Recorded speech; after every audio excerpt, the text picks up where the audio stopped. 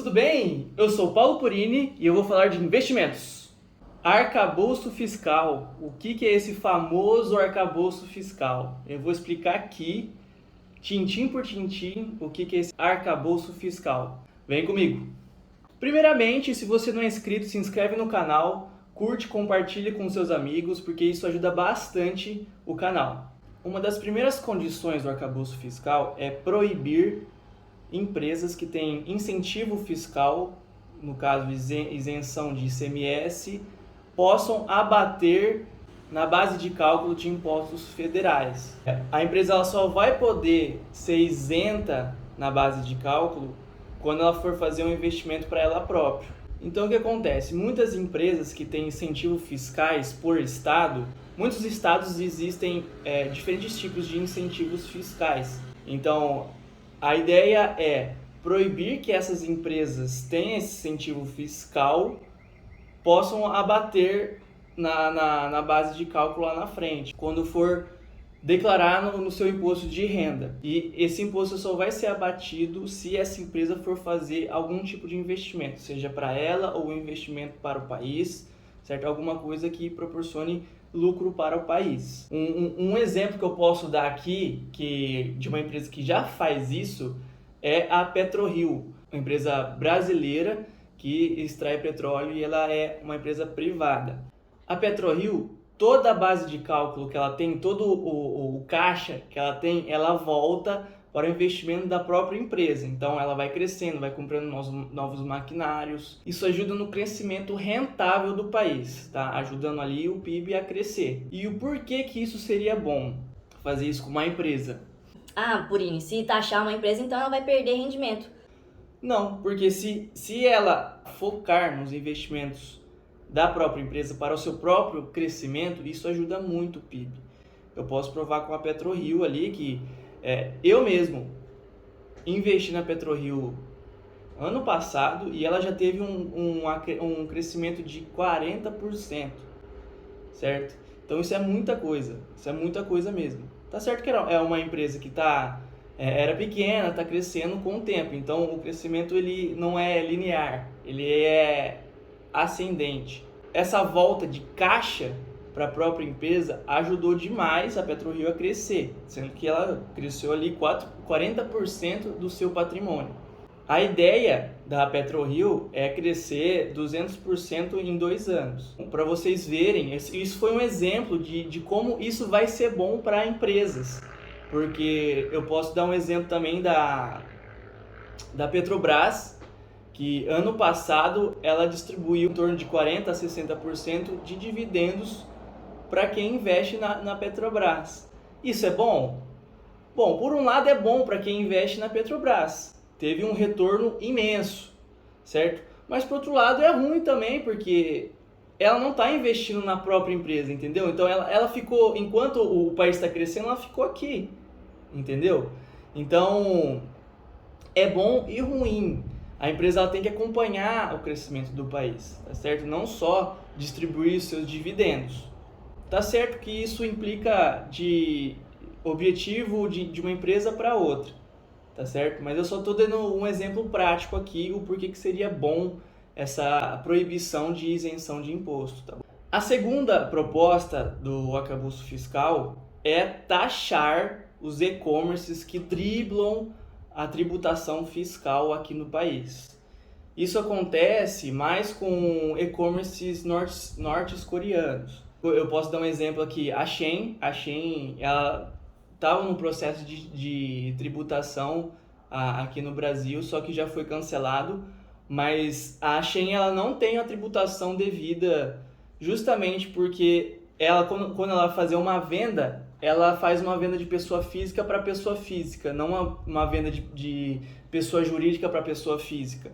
Então ela consegue driblar essa tributação, o que é muito ruim aqui internamente para o nosso país. A gente, quem tem e-commerce online e é nacional, não consegue fazer isso. Então chega a ser desleal para a competição e para o próprio PIB aqui do nosso Brasil, que acaba travando o nosso crescimento monetário.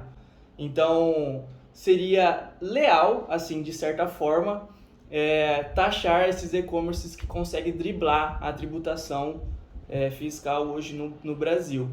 Existem muitas controvérsias sobre esse assunto. Em vez de taxar as empresas norte-coreanas, diminui a taxação a arrecadação de imposto das próprias empresas nacionais. Eu entendo que o foco é diminuir a tributação e eu concordo também. Mas como isso não está em pauta e a gente tem que fazer alguma coisa com essa tributação, com essa driblagem da tributação aqui que está acontecendo no Brasil. Então, uma das formas é tributando também as empresas norte-coreanas. Para vocês terem noção, se isso acontecer, a tributação das empresas norte-coreanas, a arrecadação de receita já conseguiria arrecadar entre 7 a 8 bilhões de reais. Entendeu? Então isso seria muito bom para o nosso país. Falando bem por cima, estou fazendo uma análise bem crua aqui. E a terceira proposta é a tributação de apostas eletrônicas, que são as famosas sport betting, são chamadas aqui no Brasil. Existem várias aqui no Brasil hoje, tá?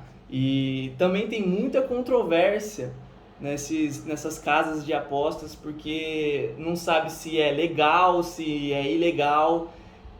Corre uma linha muito tênue ali do que é legal e o que é ilegal. Então tem muita controvérsia nesse assunto. Nada mais justo que taxar também essas empresas que muitos consideram um assunto muito controverso, muito polêmico.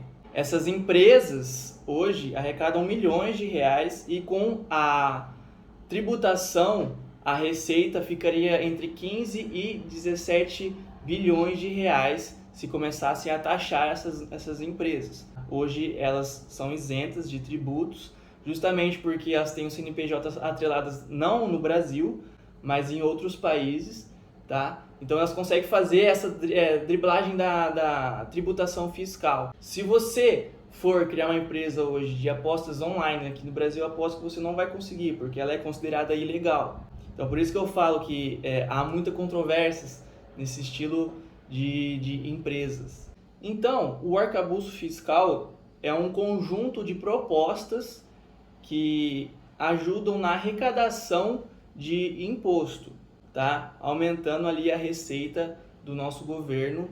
E o que pode impactar nesse aumento de receita para o país, nesse arcabouço fiscal?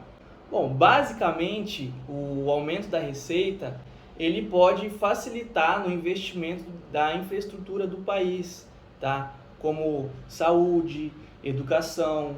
Isso melhoraria muito a nossa situação, que hoje nós estamos numa crise global, certo? Então, isso facilitaria muito para a gente. Consequentemente, iria diminuir a nossa inflação também. Então, muitos economistas e investidores estão vendo esse arcabouço fiscal como uma boa coisa. A temperatura do mercado está muito boa perante a esse arcabouço fiscal. Então, isso reflete diretamente na Bolsa de Valores. Como, por exemplo, na semana que foi anunciada o arcabouço fiscal, o índice Ibovespa, que é o índice brasileiro, que mede todas as empresas brasileiras, certo? Que tem capital aberto aqui no país, o Ibovespa ele cresceu exponencialmente quando foi anunciado esse arcabouço fiscal. Então, muitos investidores estão vendo como uma boa coisa. Também a harmonização fiscal do país iria melhorar demais. Então, os gastos, como por exemplo educação e saúde, ficariam ali igualados. Faculdades também, certo? Incentivos a faculdades. Isso ali atrela diretamente a esses tipos de investimentos e a harmonização ficaria muito mais fácil.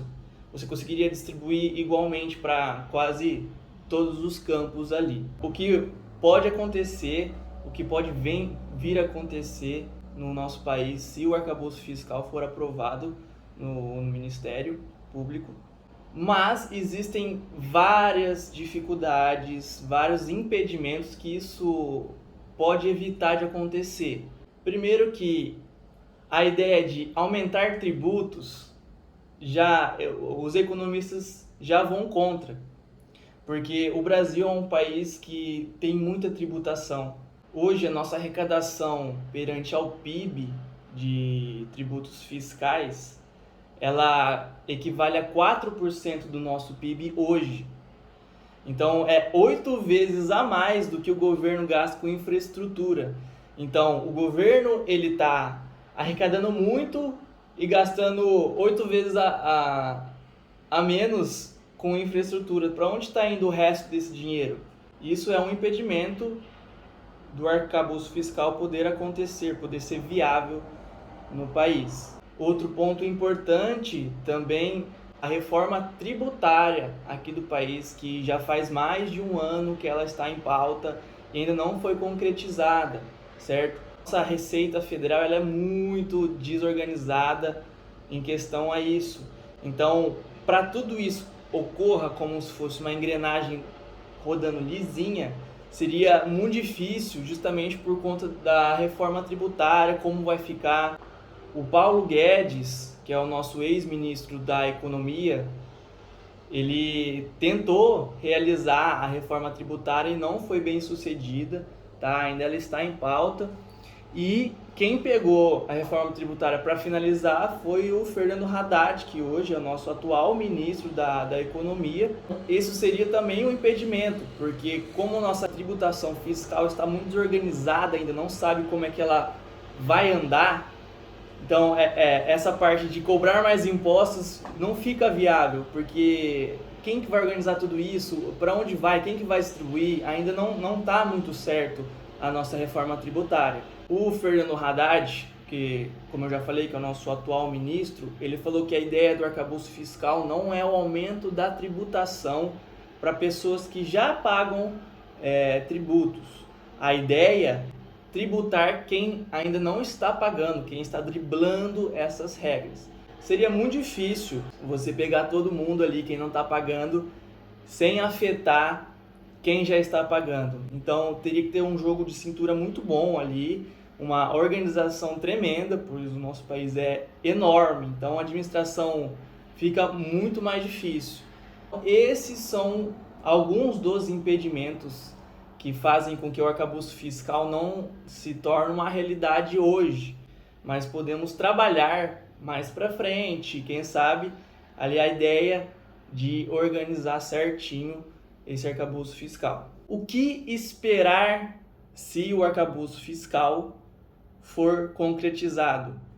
Bom, ele semana passada, hoje nós estamos no dia 22 de abril, tá? Então a semana passada ela entrou em assembleia para ver se vai ser concretizada, se ela vai ser aceita pelo Ministério. E o que esperar se ela for aceita, se ela for concretizada?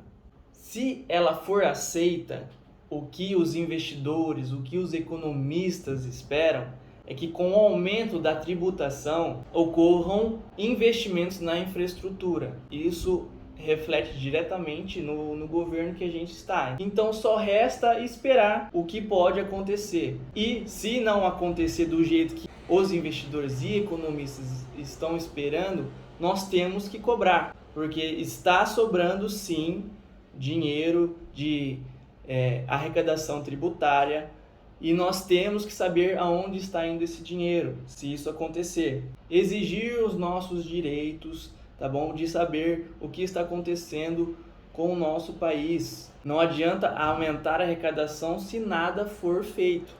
Nós temos que cobrar isso do país, nós temos esse direito de cobrar e temos que cobrar. O que eu espero também é que aconteçam boas coisas. Eu sou um cara otimista, então eu pretendo que aconteçam boas coisas sim, porque eu também dependo do mercado. Aliás, a maioria dos brasileiros depende do mercado, nosso PIB cresça e a inflação desça. Isso seria muito bom para o nosso país. Era isso que eu queria passar para vocês. Espero que vocês tenham entendido o que significa o arcabouço fiscal, o que afetará no nosso país se for concretizado. Se você gostou do vídeo, curte e compartilhe com seus amigos, porque isso ajuda bastante no canal. Deixem aí nos comentários se vocês estão pessimistas, se vocês estão otimistas sobre o arcabouço fiscal. E tchau, obrigado!